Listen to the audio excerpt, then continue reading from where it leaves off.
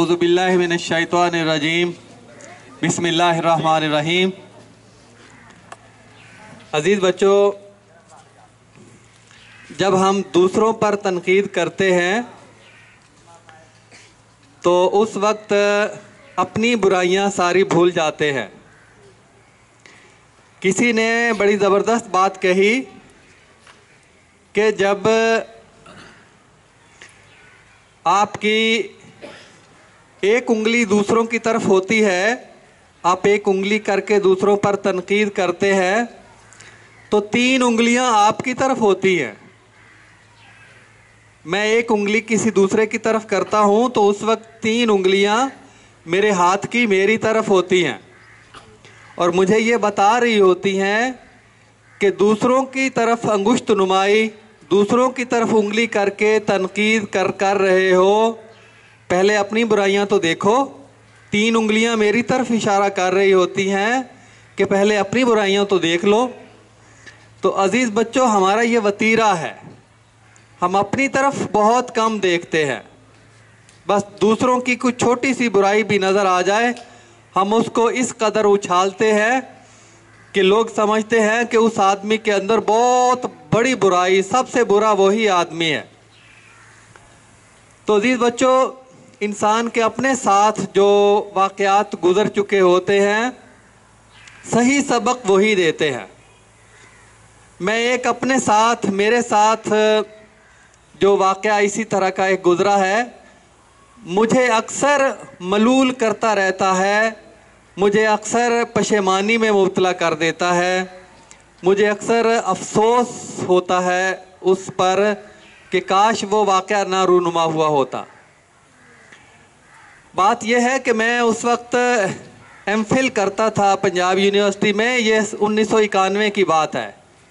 आखिरी मरहलों में था मैं एमफिल के, और उस वक्त मेरी इस्लामाबाद में मुलाजमत भी हो चुकी थी।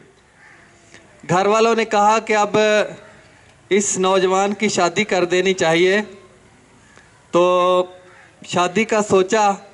तो मेरे साथ मेरे रूममेट थे, ये सनाउल्लाह साहब जानते हैं, जमशेद इकबाल, हमारे यहाँ खानेवाल में डीओ भी रह चुके हैं, डीईओ। वो मेरे क्लास फेलो थे, मेरे साथ ही हॉस्टल में रहते थे। और एक साहिवाल का लड़का था मेरा क्लास फेलो, अमीन। तो हमने सोचा कि एक शादी का एक सूट, एक शलवार कमीज़, एक सूट ले लिया जाए जो मैं शादी के दिन पहनूंगा। तो हमने गुलबर्ग जाने का फ़ैसला किया। एक बड़ी दुकान थी वहाँ पे, हम कपड़े देख रहे थे कि हमारे सामने ये अमीन साहब जो थे, उन्होंने मेरे कान में कहा कि आपके सामने जो आदमी खड़ा है ना, वो फिल्मी अदाकार नदीम है। तो मेरे मुंह से निकल गया कि क्या हुआ, फिल्मी अदाकार नदीम हमारे सामने खड़ा है, ये कौन सा बड़ा साइंसदान है जिसको हम सलाम करें। तो उसने, नदीम साहब ने ये सुन लिया, ये बात सुन ली, लेकिन उन सुनी अनसुनी कर दी। वो अपने काम में, वो भी कपड़े देखने में मसरूफ़ रहे। ऐसा उन्होंने ये अपना अंदाज़ इख्तियार किया कि शायद उनको नहीं पता चला, मेरी बात नहीं सुनी उनको, लेकिन हमें पता चल गया कि उन्होंने बात सुन ली है। इस बात पे मुझे बाद में कई दफ़ा ये बात सोच के परेशानी हुई है कि मैंने उसको हकीर समझा है कि वो फिल्मी सनत से ताल्लुक़ रखता है, शायद उसका ताल्लुक़ गाने बजाने से है। फिल्मों को बुरा नहीं, हम सब कुछ देखते हैं, लेकिन उसको बुरा भी समझते हैं।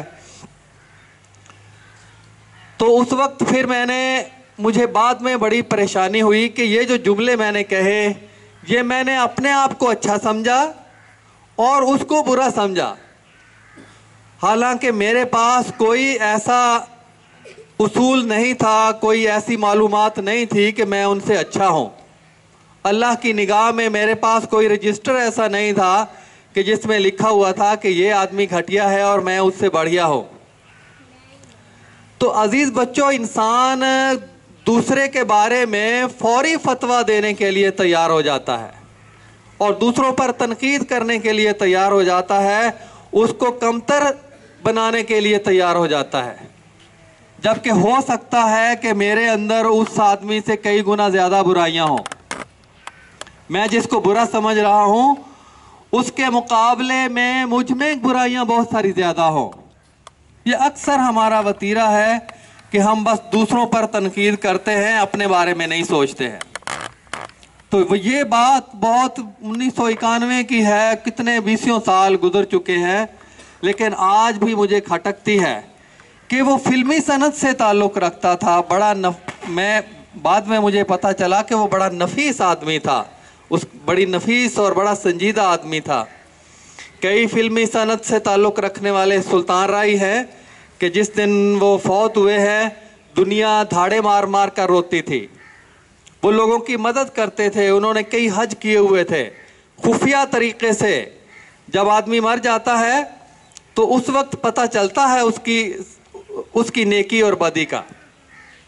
लोग जो धाड़े मार मार कर रोते थे खुफिया मख्फी तरीके से, कि जैसे इस्लाम में है कि दाएं हाथ से दो और बाएं को ना पता चले, इस अंदाज में वो मदद करते थे लोगों की बेटियों की शादी करवाते थे, लोगों के घर बनवाते थे।